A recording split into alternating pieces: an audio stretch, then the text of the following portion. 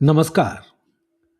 उनके खत और आप की 536वीं कड़ी 536 एपिसोड में आप सभी का हार्दिक अभिवादन, अभिनंदन, स्वागत और आभार।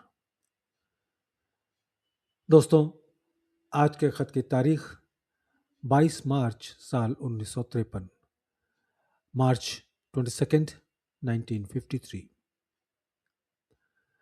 आदरणीय पंडित जी, प्रणाम। मैंने आपको मेहनत करने के लिए लिखा है।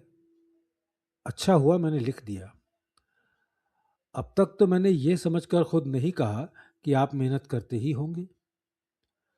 आपने, जैसा कि मैंने सुना है, बड़ी मेहनतें की हैं। हालांकि अब मुझे यकीन होता है कि आपने खुद मेहनत नहीं की है, बल्कि दूसरों को बताई है। आदमी पहलवान दूसरों को कसरत बताने में नहीं हो जाता है, बल्कि जब वो खुद मेहनत करता है तो ऐसा बन जाता है। और मेहनत में तकलीफ तो होती ही है, मगर अगर ठीकम ठाक है तो आइंदा बहुत सी तकलीफों से बच जाता है।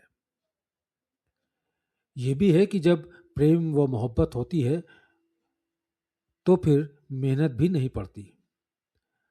खैर, इस वक्त जब्र ही करें, इस वक्त जब्र ही सही कुछ करें। मेरी समझ से इंसान को अगर एक जन्म में तकलीफ उठाने से दूसरे जन्म की तकलीफ से छुटकारा मिल जाता है तो ज़रूर उठा लेना चाहिए। मेरा काम चूंकि अमल से रहा है, आई एम बीइंग प्रैक्टिकल।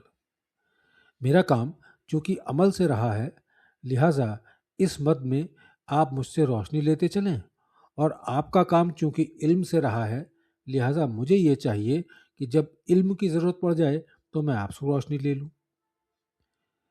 चुनांचे इस वक्त एक इल्मी मसला दरपेश है।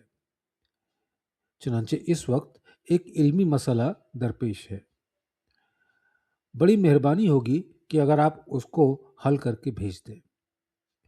और ये तो आप जानते ही हैं कि मैं पढ़ा लिखा सिर्फ इस कदर हूँ कि आलिमों के सामने, पढ़े लिखों के सामने मैं सिर्फ यही कह सकता हूँ कि मैं दस्तखत करना जानता हूँ।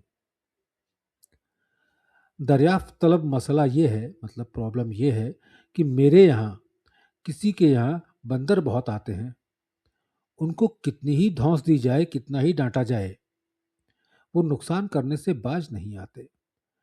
कहीं तो कपड़े फाड़ डालते हैं और कहीं कोई कपड़ा उठा ले जाते हैं। आप कहेंगे तो इसकी एहतियात बरतनी चाहिए। इस हद तक एहतियात करना बड़ा मुश्किल है, इसलिए कि धोती बाहर सुखाने डाली जाएगी और बाकी कपड़े भी। अब इसको रखाने के लिए अगर एक आदमी बैठता है तो जो उस आदमी के पास काम है, इस काम के लिए कोई दूसरा आदमी चाहिए, जो मामूली हैसियत वाले इंतजाम नहीं कर सकते। बंदर कहीं रोटी खा जाते हैं, कहीं अनाज। और अक्सर ये भी हुआ है कि इस बार सिरका, विनेगर धूप में रखा गया, उन्होंने सब फेंक दिया।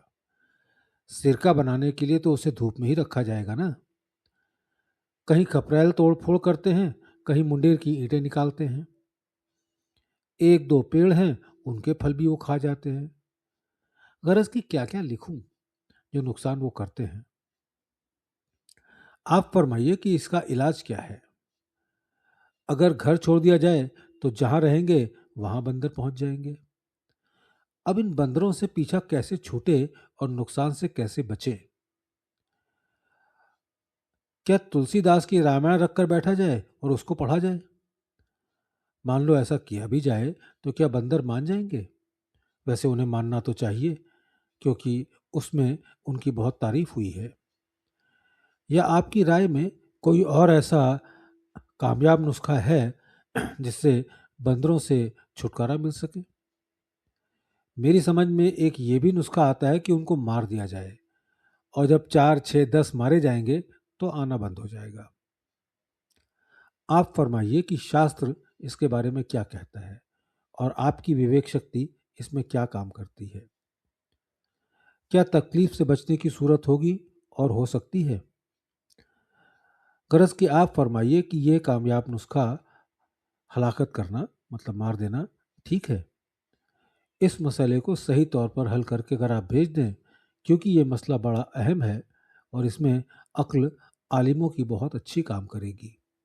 आलिमों, विद्वान, इस मसले को सही तौर पर हल करके आप भेज दें, क्योंकि ये मसला बड़ा अहम है और इसमें अक्ल आलिमों की बहुत अच्छी काम करेगी। न्याज़मंद रामचंद्र।